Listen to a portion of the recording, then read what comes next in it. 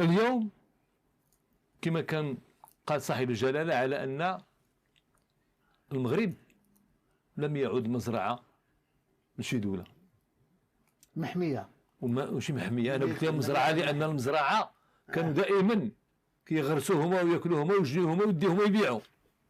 قال هو محمية. نعم محمية. هو قال محمية الرياض أكيد. وهذا الخطاب راه أحدث ضجة قال أمام كتاب الدولة ديال الشؤون الخارجية الأمريكية والروسية وكل الدول في أعضاء المجلس، وكان خطابا يعني تاريخيا. أنا تنقول زعزع القواعد من تحت أرجلهم. حضور أوباما بيوم للقمة. ثم كذلك لابد أن نستحضر هنا في هذه المسألة ديال المصالحة. أولا أنا كمؤرخ وكأستاذ ديال التاريخ لابد أن نتسلح بالحذر وباليقظة مع الجيران. نعم.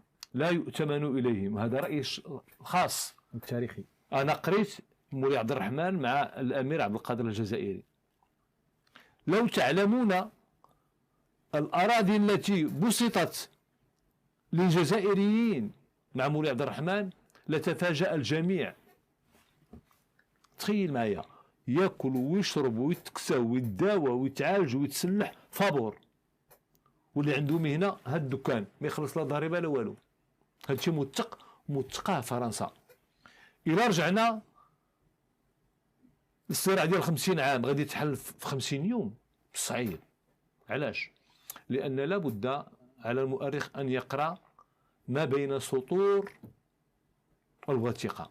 حنا كنقولوا دابا الموقف ديال روسيا في صالحنا مع ورقه الحكم الذاتي. واخا هذه 10 ايام دعموهم ب 25 مليار دولار في السلاح الطيران العسكري الحربي. روسيا تدعم الجزائر. اش تقول في هذه القضيه؟ اذا هم لا ينظرون الى الجزائر كانها منهزمه، كدوله ذات سياده وذات موقف على اعتبار مصالحهم داخل الجزائر.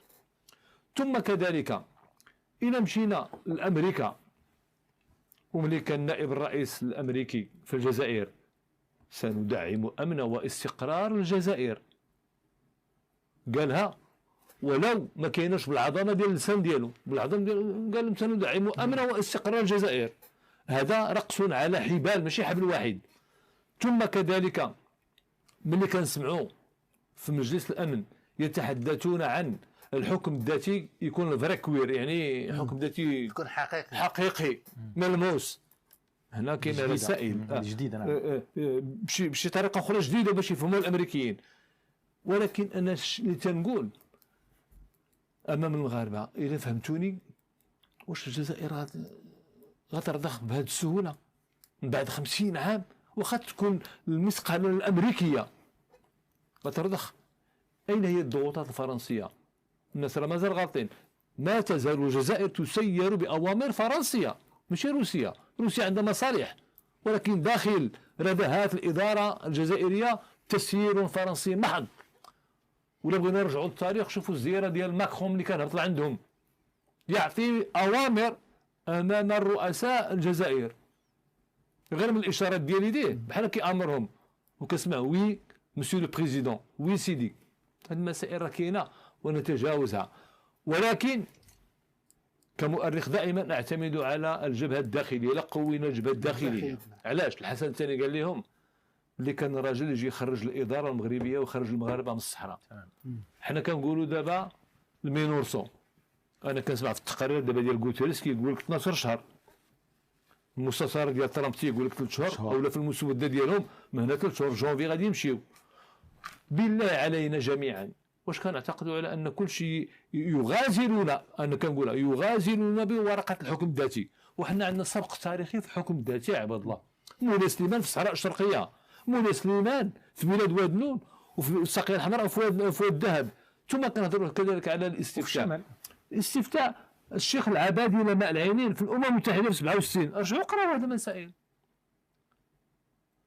ثم كذلك الاستفتاء الشعبي اللي كان في عام 1900 وقتاش 6 في سمارة 1906 امام فرنسا وكذا بزاف ديال المسائل. ملي كنشوف انا دابا مثلا امريكا بهذه المواقف ديالها، السفير ديالها في مراكش في طنجة كان في زياره لمراكش مع مولاي الحسن الاول فيليكس ماتيوس، وشاهد بأم عينيه وفود ديال الصحراء 150 من الاعيان للنطابل والفقهاء والعلماء يرأسهم الشيخ منعين تيقبلوا يد السلطان مولاي الحسن الاول ويجددون الولاء والبيعه، وصيفطها هو في الطياره الاعلام الى واشنطن. اذا دائما نرتبطوا بواحد القضيه جميله، حنا ما كرهناش هذا الحل يكون بطريقه استعجاليه. واش غادي تقول غير امريكا السلام عليكم فضينا هذا المشكل غدا غادي نصالحوا مع الجزائر؟ نعم